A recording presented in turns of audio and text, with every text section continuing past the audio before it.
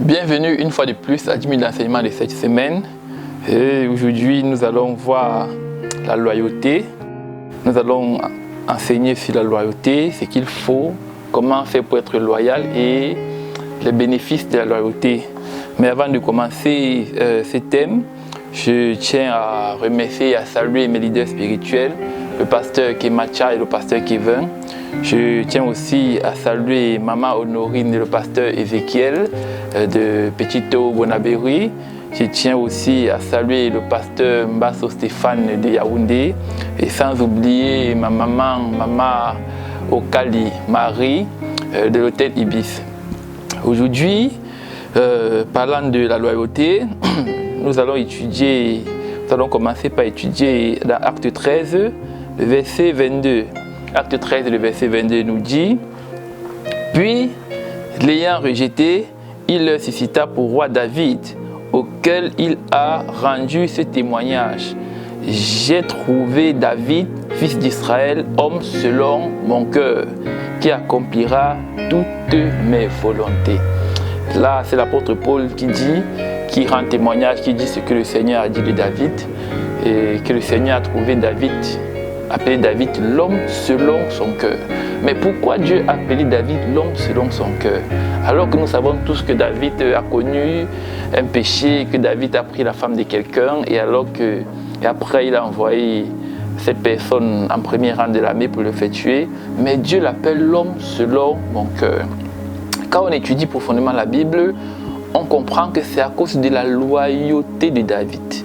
La loyauté de David. C'est pourquoi notre thème aujourd'hui, dans notre thème, on va parler de la loyauté, un peu de la loyauté, mais des conséquences positives de la loyauté. Des conséquences positives de la loyauté. L'homme selon mon cœur. Nous connaissons la vie de David, mais Dieu dit l'homme selon mon cœur. Pourquoi l'homme selon mon cœur? David était le fils d'Isaac. Isaac avait plusieurs enfants. Et David était son dernier enfant. Son dernier enfant qu'il envoyait n'importe où, qui faisait n'importe quelle commission. Il était un enfant loyal à son père. D'abord, il était loyal à son père. David était ce genre d'enfant qu'on envoie, il n'a pas besoin de dire pourquoi c'est toujours moi, pourquoi c'est moi qui va aller. Il était loyal à son père. Et Dieu cherchait un homme de la tribu de Juda. Et quand son regard parcourait la terre, il a vu un enfant loyal. C'est pourquoi quelqu'un avait posé la question à Dieu: qu'est-ce qu'il faut faire pour hériter le royaume des cieux? Dieu a présenté un petit enfant et Dieu a dit: il faut être comme ces petits enfants. Parce que ces petits enfants ont une loyauté dont on ne peut pas exprimer.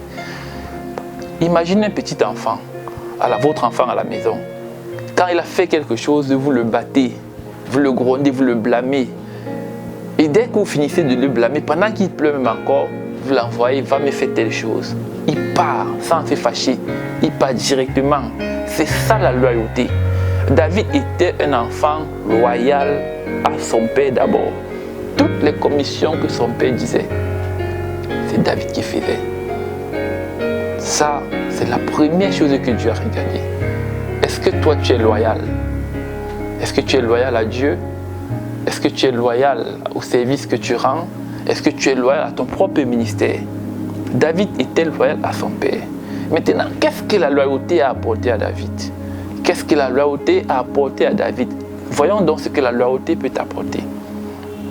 Dieu a parcouru Juda pour trouver un homme qui va régner sur Israël. Parce que Saül avait été déloyal. Dieu a donné la victoire à Saül. Il a donné les recommandations à Saül et Saül ne les a pas respectées.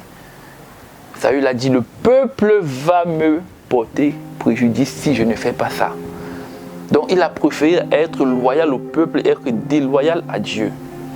Qu'est-ce qui t'a poussé à être déloyal à Dieu?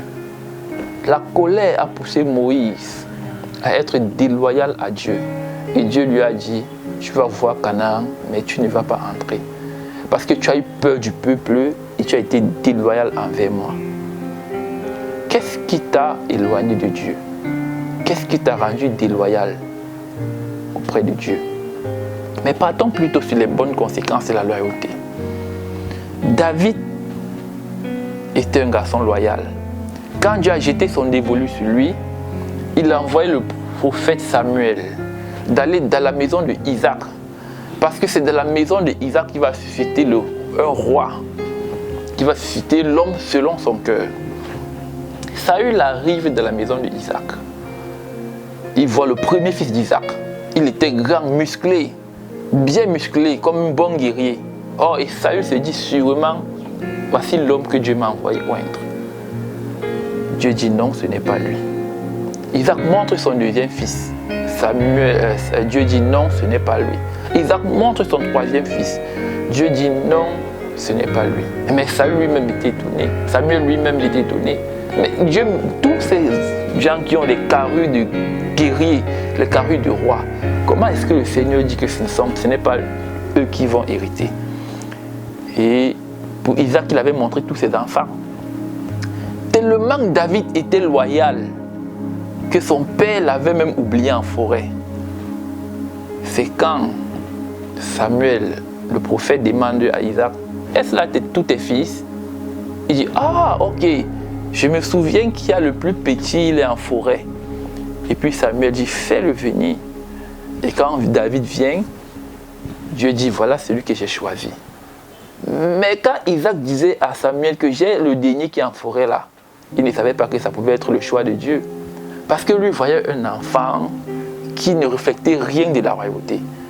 Or, ce que Dieu cherchait, ce n'était pas le gabarit. Ce que Dieu cherche, ce n'est pas ta force. Ce que Dieu cherche, ce n'est pas ta puissance. Ce que Dieu cherche sur toi, c'est ta loyauté. Quand tu es loyal, tu vas traverser toutes les épreuves. Mais si tu es déloyal, dès qu'une épreuve va venir, tu vas abandonner le Seigneur. David était loyal. Et c'est pourquoi Dieu l'a choisi. Et quand Dieu l'a choisi, Dieu ne l'a pas estipé pour l'envoyer directement à la royauté. Non. Dieu avait une vision du combat qui arrivait. Dieu avait une vision de ce que les Philistins préparaient. Dieu avait une vision de ce qui devait arriver dans les jours à venir. C'est pourquoi Dieu a laissé David là-bas. Comme j'étais choisi, reste d'abord dans la forêt. Et David était dans la forêt. Il croissait en expérience. Il croissait en sagesse qu'il devait expérimenter plus tard, quand le moment devait arriver. Et voilà un jour, il y avait la guerre entre les Philistins et les Israéliens. Un homme, la Bible nous parle d'un homme, Goliath. Un Goliath qui sort de nulle part. Il vient se présenter devant Israël. Et il dit à Israël, suscitez quelqu'un du milieu de vous et que la personne vienne me combattre. Si la personne réussit à me battre, la personne là a battu tous les Philistins. Quand on entend le commentaire, quand on écoute le commentaire de Goliath, on comprend que Goliath a pris l'autorité sur le roi des Philistins. Parce que ce n'est pas Goliath en tant que guerrier qui devait donner ce genre de message. C'est le roi qui devait donner ce genre de message et non Goliath. Ça veut dire que même le roi des Philistins avait peur de Goliath. Qu'est-ce qu'on peut donc conclure après ça et la description que la Bible nous fait de Goliath? On peut conclure que Goliath était comme une bête. Et il fallait quelqu'un qui a l'habitude de combattre avec les bêtes pour dominer sur Goliath. C'est pourquoi quand David arrive, il écoute les propos de Goliath. Il dit donc à ses frères, moi je vais combattre Goliath.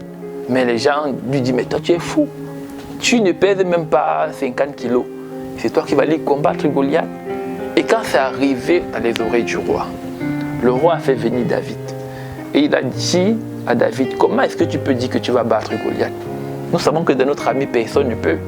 Parce qu'il avait dit que seulement quand Goliath parlait, tout le monde tremblait. Donc il n'y avait pas d'adversaire pour lui. Le roi dit à David, tu ne peux pas battre Goliath, tu vas te faire tuer.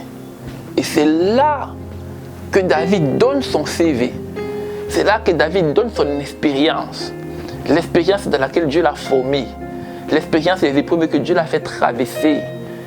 Et à cause de sa loyauté, il les a bravées. David répond au roi. Pendant que j'étais en forêt, quand un lion venait pour s'attaquer à mes brebis, j'arrêtais le lion et je le tuais. Et il ne s'arrête pas là. Il dit que quand un loup venait et le loup portait une brebis pour partir avec, je laissais tous les autres brebis qui sont là. Je poursuivais le loup, j'écartais sa mâchoire, je retirais la brebis et je tuais le loup. Est-ce que quelqu'un comprend ce que David voulait dire? La Bible dit qu'un bon berger, quand les bandits viennent, ils prennent une brebis, ou alors quand une brebis s'égare du troupeau, le bon berger laisse tous les autres brebis et part chercher la brebis égarée pour la ramener dans le troupeau. C'est de ça que l'Éternel a formé David pendant qu'il était en brousse. Et l'Éternel a formé David pendant qu'il était en brousse de combattre avec les bêtes. Personne dans l'armée d'Israël n'avait combattu une bête, sauf David. Et Goliath se présentait comme une bête. Seul David avait l'expérience de combattre les bêtes. Saül est resté, il a analysé la situation. Il a compris que vraiment celui-ci avec son expérience, il est le seul qui peut combattre Goliath. Mais il y avait quelque chose en jeu. Et le roi Saül s'est sûrement posé la question. Si je laisse David aller combattre Goliath avec son expérience, forcément il va dominer ce Goliath. Et quand il va tuer Goliath, il va gagner en autorité et en popularité. Qu'est-ce que moi je vais devenir, moi le roi Saül? Il a joué un mauvais tour. Il a appelé David. La Bible dit qu'il a retiré son armure. Il a déposé sur David. Il a pris son épée. Il a donné à David. Il a dit à David, va donc combattre Goliath et que tu remportes. Si on pouvait combattre Goliath avec l'armure du roi et avec l'épée du roi, pourquoi le roi lui-même n'est pas parti combattre ce Goliath? Question. David a compris ça. Il a compris que si le type ci me donne ces choses ici d'aller combattre avec, c'est parce qu'il sait que si je pars combattre avec mes pros, avec mon expérience, je vais gagner. C'est pourquoi il me fait porter ce lourd fardeau avec lequel il n'a pas pu gagner Goliath. Il veut que j'entre dans la même défaite que lui. La Bible dit qu'il a retiré tout ça. Parce que quand il voulait avancer, ça le pesait. Il a retiré tous ses armures. Il a déposé auprès du roi. Et il a dit qu'il ne peut pas combattre avec ça. Parce que ce n'est pas avec ça que Dieu l'a formé dans la forêt. Dans la forêt, Dieu l'avait formé avec le lance-pierre. Le lance-pierre. Dieu l'avait formé avec le lance-pierre. La Bible dit qu'il a pris son courage à deux mains. Il est allé vers Goliath. Et il a dit à Goliath, je suis venu te challenger. Et Goliath lui a posé une question. Tu viens me combattre avec le lance-pierre. Est-ce que je suis un animal? Goliath affirmait à David sa vraie nature parce qu'il était vraiment un animal. Et David lui a répondu, toi tu viens me combattre avec la lance et le javelot, mais moi je viens vers toi au nom du Seigneur. Et avant de dire qu'il vient vers lui au nom du Seigneur, qu'est-ce qu'il a fait? La Bible dit qu'il est parti dans le torrent. Le torrent c'est quoi? Le torrent c'est l'eau qui coule. L'eau qui coule c'est quoi? L'eau qui coule c'est la parole de Dieu. Il est parti dans l'eau qui coule, dans la parole de Dieu. Il a pris 5 pierres. 5 pierres qui représentent les 5 lettres de Jésus-Christ. La Bible dit qu'il a mis dans sa poche. C'est pourquoi il a dit à Goliath, tu viens vers moi avec la lance et le javelot, mais moi je viens vers toi au nom du Seigneur. Il a retiré la lance-pierre. Il a envoyé la première pierre et Goliath a été tué. Voilà ce qu'a donné la loyauté de David. Voilà le résultat de la loyauté de David. À cause de ta loyauté, Dieu peut te former sur les coups de ta vie. À cause de ta loyauté, tu peux acquérir des expériences pour ton futur. David était un homme loyal. Il était d'abord loyal à ses propres parents. C'est pourquoi Dieu a compris que si cet enfant est loyal à ses parents, ça veut dire qu'il sera encore 1000 fois loyal à moi. Et il a choisi David. Mais est-ce que toi tu es loyal? Est-ce que tu es loyal à ton parent? Est-ce que tu es loyal à ton employeur? Est-ce que tu es loyal à ton propre ministère? Ou alors est-ce que tu es loyal à Dieu? Qu'est-ce qui te retire souvent de la présence de Dieu? Qu'est-ce qui fait que tu t'écartes souvent de Dieu? Quand tu perds la loyauté, forcément tu vas rétrograder. Quand quelqu'un n'est pas loyal à l'église, quand quelqu'un commence à perdre la loyauté, il commence à s'écarter des choses de l'église. Il commence à s'écarter des activités à l'église.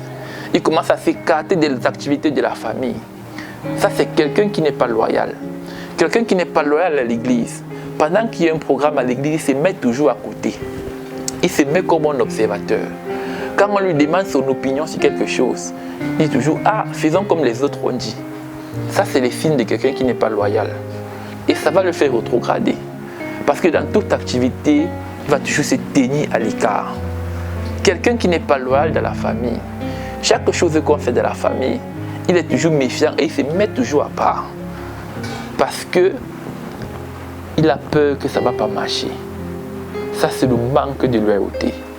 Le manque de loyauté entraîne le découragement des autres. Quand quelqu'un n'est pas loyal quelque part et il ne veut pas participer, il cherche forcément à décourager un frère. Ça existe à l'église. Beaucoup de frères ont perdu la loyauté. Beaucoup de frères ne sont plus loyaux à Dieu et à leur leader. Quand il y a un programme, ils s'écartent. Quand il y a un programme à l'église, ils s'écartent. Pendant qu'on demande l'opinion, ils n'ont rien à dire. Ils disent toujours, comme les autres ont décidé, on va faire comme ça. Ça, c'est le manque de loyauté. Et à cause du manque de loyauté, Moïse a manqué Canaan. À cause du manque de loyauté, Saül a perdu sa loyauté. Saül a perdu la loyauté. Est-ce que tu es loyal ce matin? Regarde ta vie. Regarde dans tous les secteurs où tu as été déloyal. Il revient sur les bons sentiments. La loyauté, c'est un succès pour ta propre vie. La loyauté peut être un succès pour ta propre vie. La loyauté peut être un succès pour ton ministère. La loyauté peut être un succès pour ton futur. Et la loyauté te garde ferme devant la présence de Dieu. Que le Seigneur vous bénisse. Shalom.